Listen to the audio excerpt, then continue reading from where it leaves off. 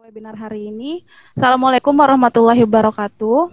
Yang umum. Hormat Kepala Waalaikumsalam warahmatullahi wabarakatuh. Dan Kearsipan Kota Administrasi Jakarta Pusat, Ibu Dr. Anda Meti Lastri, MSI. Yang kami hormati Kasih Perpustakaan Sudin Perpustakaan dan Kearsipan Jakarta Pusat, Bapak Tanwil Esos, MSI. Yang kami hormati Pustakawan Sudin Perpustakaan dan Kearsipan Jakarta Pusat.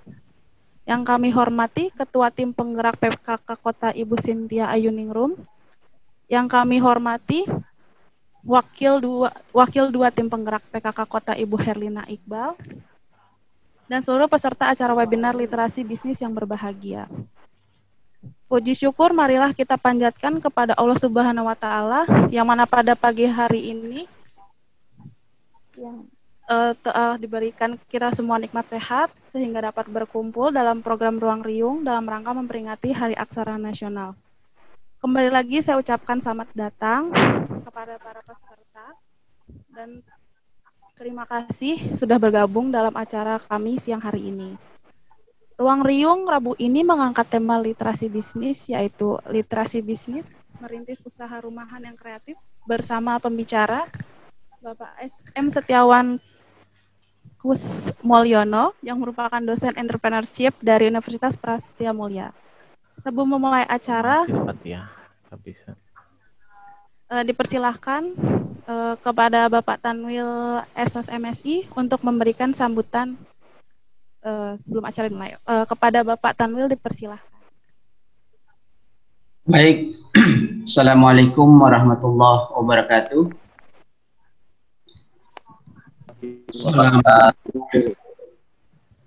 Salam sejahtera bagi kita semua. Yang saya hormati Kasudin Pusip Jakarta Pusat, Bu Haja Meti Lastri. Yang saya hormati Ketua Tim Penggerak PKK tingkat kota, Ibu Cynthia Ayuningrum. Yang saya hormati Wakil 2 Tim Penggerak PKK Kota, Ibu Herlina Iqbal, Bapak Ibu peserta webinar di room yang ini yang saya banggakan, wabil khusus kepada narasumber kita, Bapak M. Setiawan Kusmolyono atau bisa kita panggil Mas Klik. Puji syukur kita panjatkan kehadirat Allah Subhanahu wa Ta'ala pada siang yang berbahagia ini. Kita bisa bertatap muka secara virtual di acara kita ini. Ini patut kita syukuri karena di luaran sana banyak sekali saudara-saudara kita, sahabat kita yang kena musibah COVID-19. Kita doakan mudah-mudahan sahabat kita, saudara kita yang sedang mengalami COVID-19 itu, Allah angkat penyakitnya dan segera diberikan kesembuhan. Bapak dan Ibu peserta webinar yang saya hormati,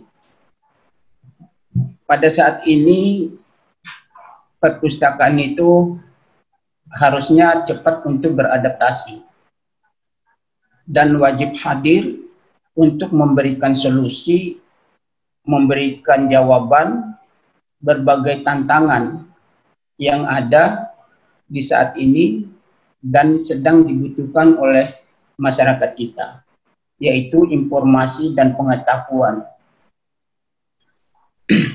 Oleh karena itu, kenapa Ruang Riung ini dibuat?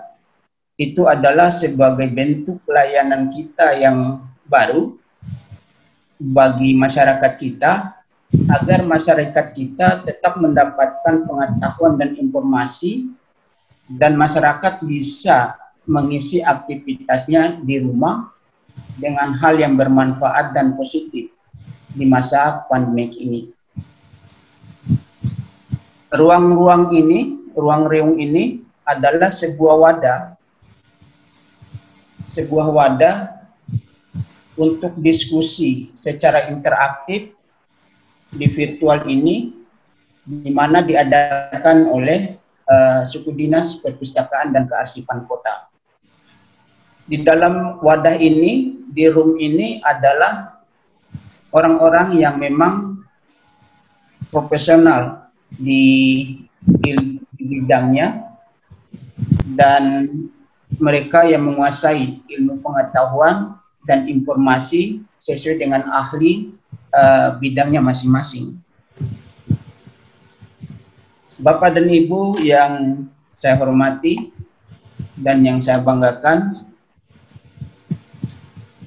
sebagaimana kita ketahui bersama bahwa akibat pandemik ini, seluruh aktivitas masyarakat kita, baik itu di swasta maupun itu di pemerintahan, itu sangat terbatas dan sangat terganggu oleh kondisi pandemik ini.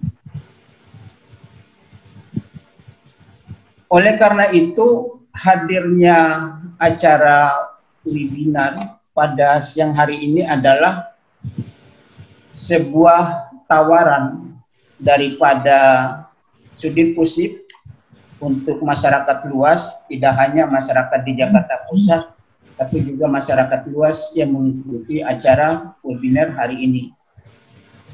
Dan tema kita pada hari ini, menurut pandangan saya, adalah sangat tepat disajikan, diberikan kepada masyarakat, yaitu terkait dengan bagaimana merintis usaha rumahan itu yang kreatif. Nanti materi ini Bapak habisin atau Mama mau? Habisin. Mama.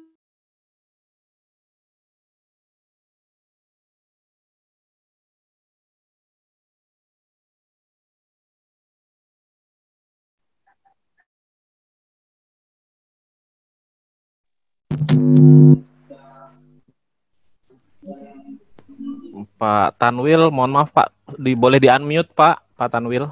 Oh ya, siap. Siap. Saya ulangi lagi. Tema kita pada siang hari ini adalah mengangkat topik merintis usaha rumahan yang kreatif. Di mana tema ini menurut pandangan saya adalah tema yang sangat menarik untuk diikuti oleh Bapak Ibu sahabat baca yang sudah ada di room ini.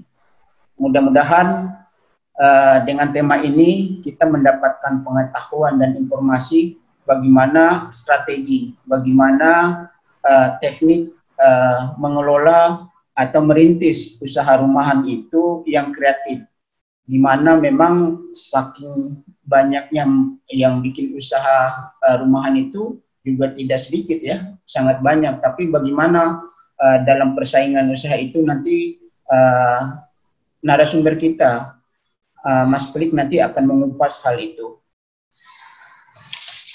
Bapak dan Ibu yang saya hormati, saya atas nama Sudin Pusip Jakarta Pusat mengucapkan terima kasih yang setinggi-tingginya kepada masyarakat yang sudah bergabung di acara ini. Mudah-mudahan ini adalah sebuah tawaran dari Sudin Pusip untuk masyarakat luas, dan saya berharap masyarakat ataupun sahabat baca yang sudah bergabung bisa memanfaatkan ruang diskusi ini sebaik-baiknya. Mungkin itu sebagai kata sambutan dengan mengucapkan Bismillahirrahmanirrahim, kegiatan webinar literasi bisnis merintis usaha rumahan yang kreatif saya nyatakan dibuka. Terima kasih. Saya kembalikan kepada MC atau moderator. Wabillahi taufiq wal hidayah. Assalamualaikum warahmatullahi wabarakatuh. Waalaikumsalam warahmatullahi wabarakatuh. Ya, terima kasih Bapak Tanwil atas sambutannya.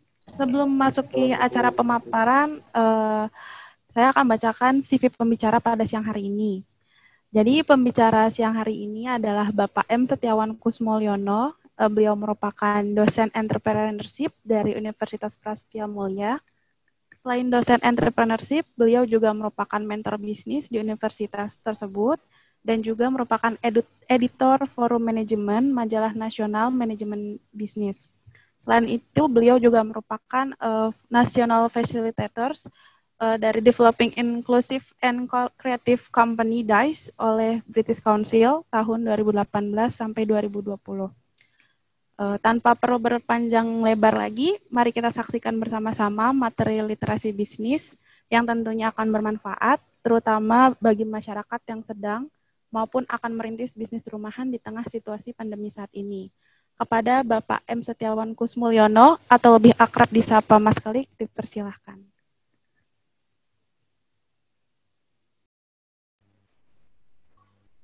Oke, terima kasih Mbak Aziza. Suara saya terdengar Mbak Aziza? Clear? Terdengar Pak, clear. Oke, baik. Saya mohon izin untuk share screen terlebih dahulu ya. Oke. Baik, sebentar. Oke, baik. Apakah sudah tampak,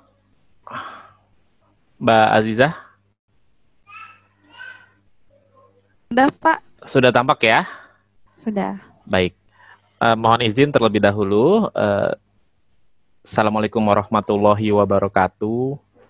Waalaikumsalam warahmatullahi wabarakatuh. Ya, ini agak canggung ya kalau kita zoom sebenarnya ketika assalamualaikum kemudian ada yang jawab gitu ya dan kemudian ada yang nggak jawab. Jadi ya kita menyediakan space. Biasanya saya menyediakan space sekitar 2-3 detik kalau siapa tahu ada yang mau unmute silahkan. Kalau kemudian dijawab dalam komputer masing-masing silahkan begitu ya.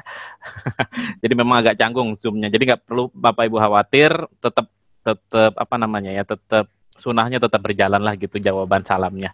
Selamat siang juga dan salam sejahtera untuk kita semua dan tentunya pastinya salam sehat begitu ya, salam yang sudah tidak boleh kita lepaskan lagi bersamaan dengan assalamualaikum. Sebelumnya saya ucapkan terima kasih atas sambutannya dari Pak Tanwil tadi untuk membuka acara ini. Saya juga memberikan salam hormat kepada Kepala Suku Dinas Perpustakaan dan Kearsipan Jakarta Pusat atas kesempatan yang diberikan kepada kami dari Prasetya Mulia untuk bisa berbagi di sini tentang literasi bisnis. Mungkin di awal banyak yang bertanya begitu ya, apa ya hubungannya kok bisa antara universitas, bisnis terutama begitu ya, kemudian berkaitan dengan perpustakaan dan kearsipan.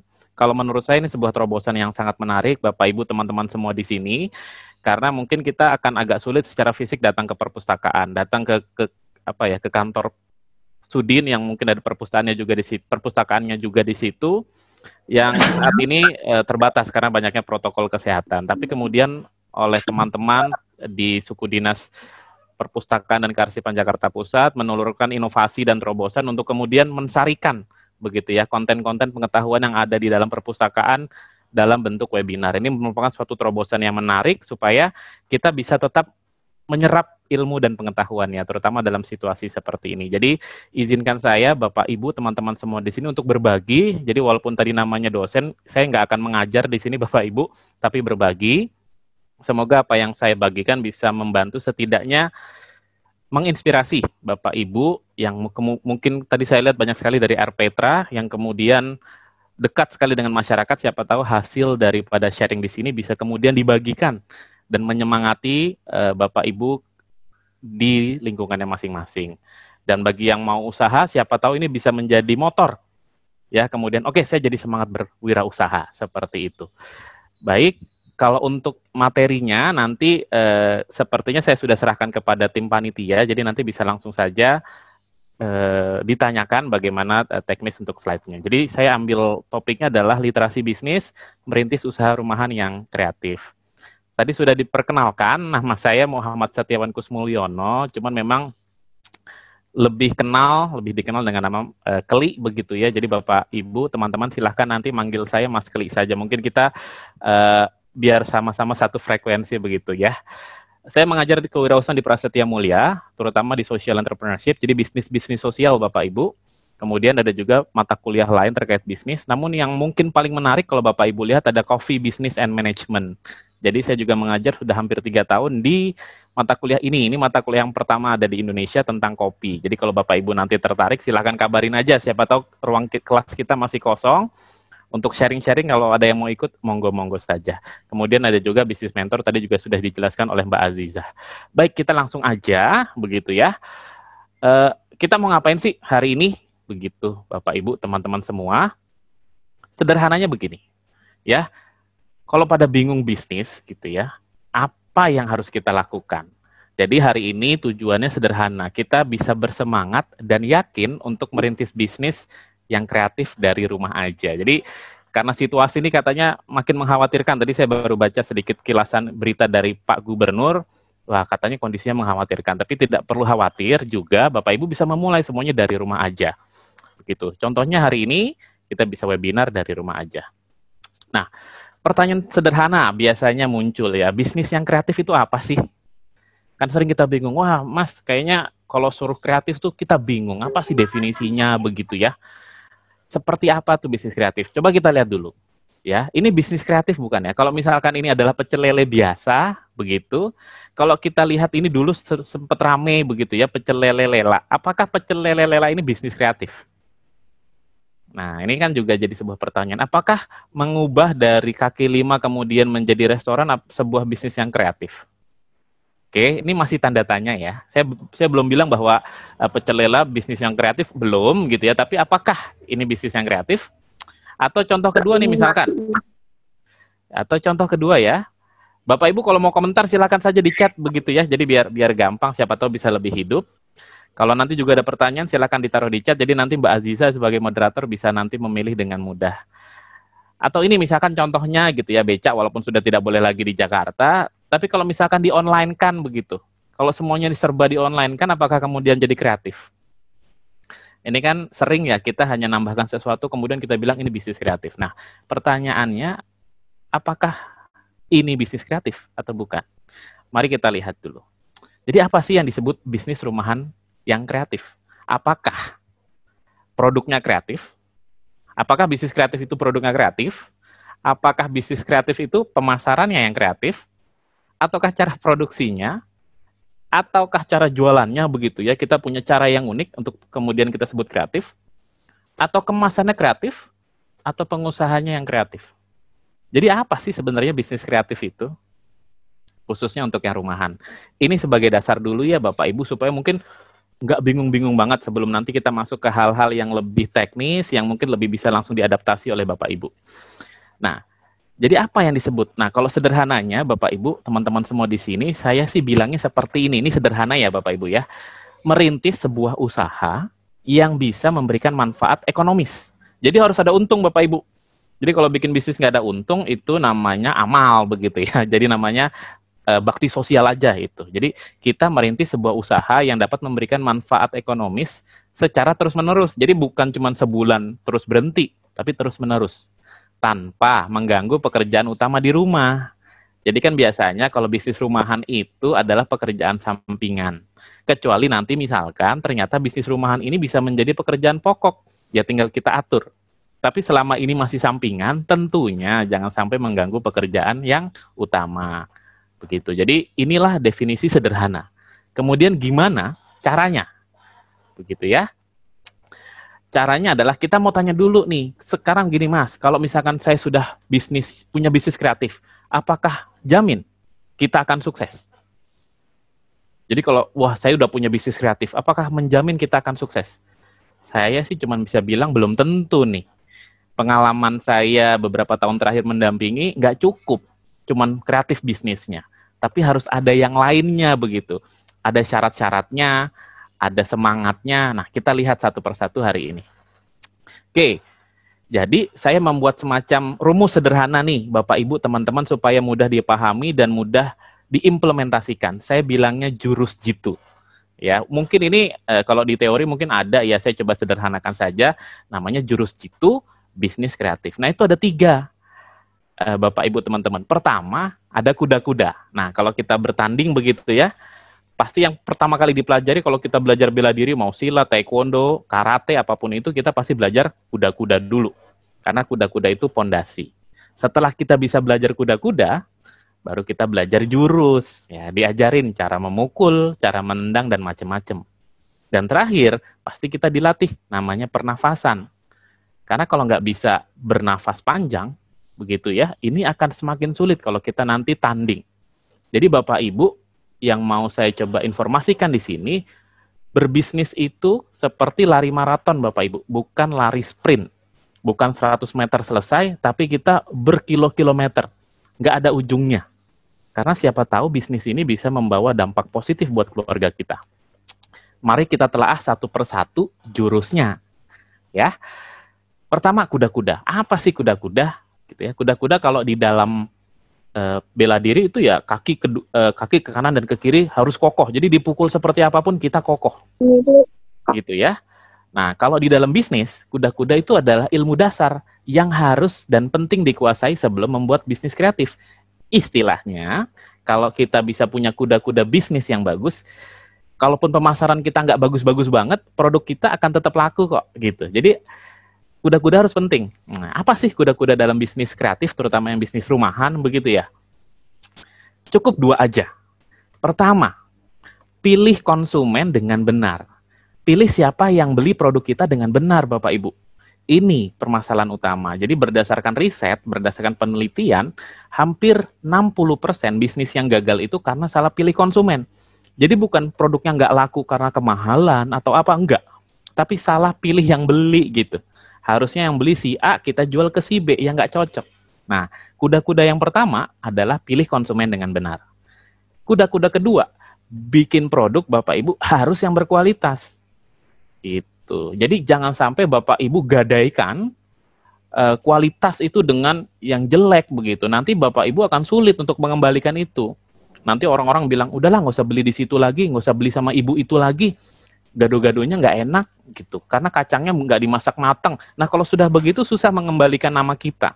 Jadi kuda-kuda bisnis, pilih konsumen dengan benar. Yang kedua, produk harus berkualitas. Pastikan produk itu bagus. Ya, saya nggak bilang bahwa, wah mas yang produk bagus itu harus mahal. Saya nggak bilang mahal atau murah, tapi produk itu berkualitas. Nanti kita lihat. Nah, kenapa pilih konsumen itu penting? Kalau Bapak Ibu lihat di gambar sini, begitu ya, ini ada pasar.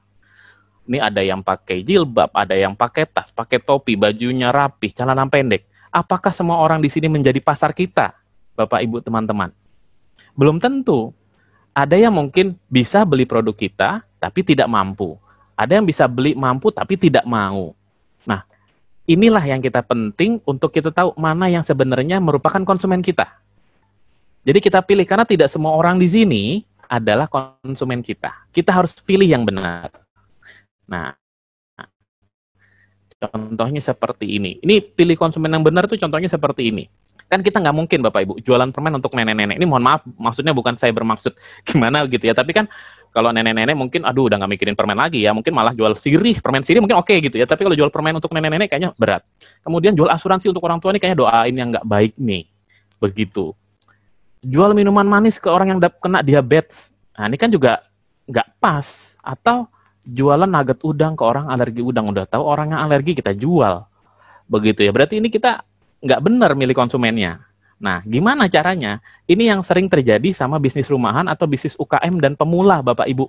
Yaitu, semua pasar dianggap adalah konsumen kita, seperti itu. Jadi, bukan seperti itu. Semua ini tidak merupakan konsumen kita. Memang bisa makan, memang bisa konsumsi, tapi kita harus pilih salah satu. Maka dari itu kita butuh namanya segmentasi. Ini mohon maaf bahasanya agak bisnis, saya susah untuk mencari padanannya. Tapi segmentasi itu artinya kita fokus memilih yang mana. Saya ada contohnya nih, sederhana. Segmentasi banyak sekali, secara ilmu bisnis bisa banyak sekali. Tapi saya pilihkan yang paling sederhana saja buat Bapak Ibu dan teman-teman di sini. Contoh segmentasi itu biasanya ada 3.